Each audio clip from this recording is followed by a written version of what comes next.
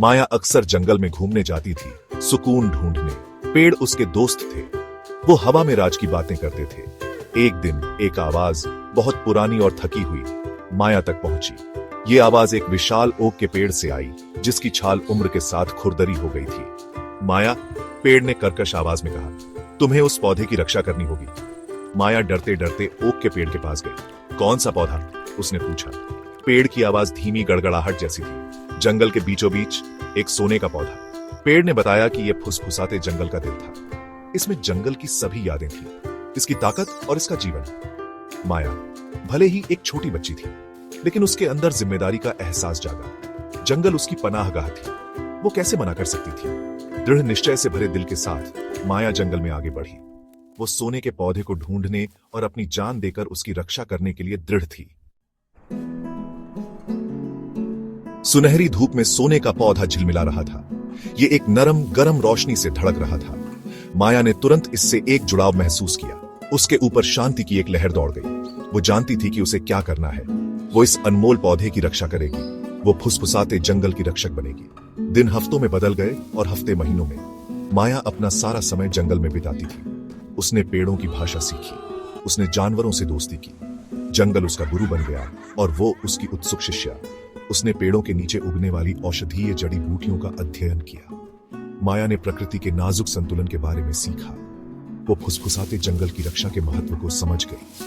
जंगल सिर्फ पेड़ और जानवर नहीं थे, ये एक जीवित सांस लेने वाला प्राणी था और वो इसकी चुनी हुई रक्षक। माया की देखभाल में सोने का पौधा फलता फूलता रहा। ये लंबा होता गया। इसके पत्ते सोने के बैनर की तरह खुलते गए। माया ने पाया कि यह पौधा सिर्फ एक पेड़ से कहीं ज्यादा था। यह फुसफुसाते जंगल का दिल था। इसमें जंगल की यादें, उसकी खुशियां और उसके दुख थे। जब माया पौधे को छूती थी तो वो अतीत के दर्शन देख सकती थी। उसने उन प्राचीन लोगों को देखा जो जंगल के साथ सद्भाव में रहते थे। उसने उन जानवरों को देखा जो इसके आश्रय और भोजन पर निर्भर थे। उसने बदलते मौसम, जीवन और मृत्यु का चक्र देखा। जंगल ने उसे अपने राज बताए और माया ने सुना। उसने प्रकृति के नाजुक संतुलन के बारे में सीखा। वो फुसफुसाते जंगल की रक्षा के महत्व को समझ गई, न केवल जंगल के लिए बल्कि अपने लोगों के भविष्य के लिए भी। माया और जंगल के प्रति उसके अजीब लगाव के बारे में गांव में बात फैल गई। कुछ ने इसे बच्चों की कल्पना कहकर खारिज कर दिया। हालांकि कुछ लोगों को शक हुआ। उन्होंने हमेशा जंगल को एक संसाधन के रूप में देखा था जिसका शोषण किया जाना था। लकड़हारे अपनी कुल्हाड़ियों और आरी के साथ प्राचीन पेड़ों में केवल लाभ देखते थे। जंगल के नाजुक पारिस्थितिकी तंत्र के बारे में माया की चेतावनियां अनसुनी कर दी गईं। उन्होंने सोने के पौधे के उसके दावे का मजाक उड़ाया। उन्होंने उसे एक मूर्ख लड़की कहा। उन्होंने पूरे जंगल को काटने की धमकी दी। माया दृढ़ रही। वो जानती थी कि उसे जंगल की रक्षा करनी है। यह एक जीवित प्राणी था जो सम्मान और सुरक्षा का हकदार था। लेकिन एक अकेली लड़की लकड़हारों की ताकत के खिलाफ कैसे खड़ी हो सकती थी?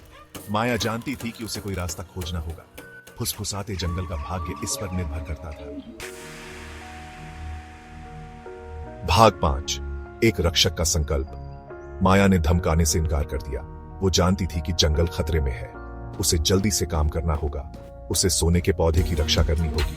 यह फुसफुसाते जंगल का दिल था और इसकी एकमात्र आशा। माया परिचित रास्तों से दौड़ी। उसका दिल तेजी से धड़क रहा था। वो उस जगह पहुंची जहां सोने का पौधा खड़ा था, पत्तों से छनकर आती कोमल धूप में नहाया हुआ। लकड़हारे पहले से ही वहां थे। उनके चेहरे गंभीर थे। उनकी कुल्हाड़ियां उठी हुई थीं। ये तुम्हारा आखिरी मौका है लड़की, नेता ने गुर्राया। हट जाओ वरना अंजाम भुगतो। माया अपने स्थान पर खड़ी रही। यह जंगल तुम्हारा नहीं है, उसने कहा। उसकी आवाज कांप रही थी लेकिन दृढ़ थी। यह एक जीवित प्राणी है और यह हमारे सम्मान का हकदार है। लकड़हारे हंसे। उनके चेहरे क्रूर थे, लेकिन माया टस से मस नहीं हुई।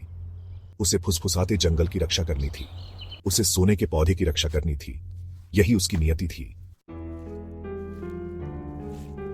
लकड़हारे आगे बढ़े। उनकी कुल्हाड़ियां धूप में खतरनाक रूप से चमक रही थीं।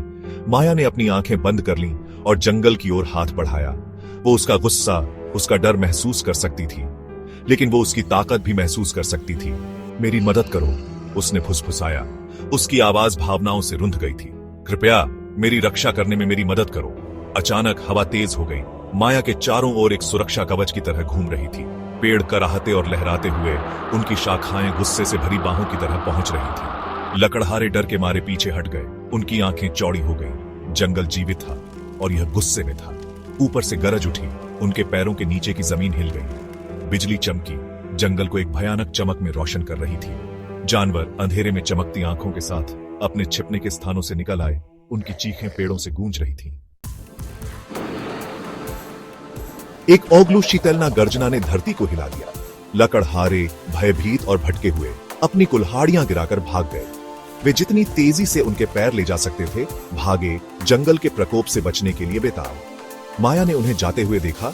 उसका दिल उसकी छाती में धड़क रहा था। जैसे ही यह शुरू हुआ था, तूफान थम गया। हवा मर गई, पेड़ों ने हिलना बंद कर दिया और जानवर जंगल की सुरक्षा में वापस चले गए। जंगल पर सन्नाटा छा गया। केवल माया की सांसों की आवाज से टूटा। उसने परिचित पेड़ों को देखा, उनकी शाखाएं आकाश तक पहुंच रही थी मानो कृतज्ञता। माया तब जानती थी कि उसने सही काम किया था। उसने फुसफुसाते जंगल की रक्षा की थी और ऐसा करके उसने अपना उद्देश्य पाया था। वो जंगल की संरक्षक थी।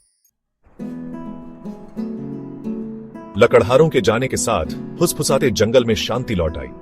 माया की निगरानी में जंगल फला फूला।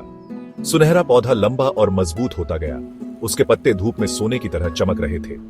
यह आशा का प्रतीक बन गया, प्रकृति की शक्ति का प्रमाण और पर्यावरण की रक्षा के महत्व की याद दिलाता है। पड़ोसी गांवों के लोग माया और जादुई जंगल के किस्से सुनकर फुसफुसाते जंगल में आते थे।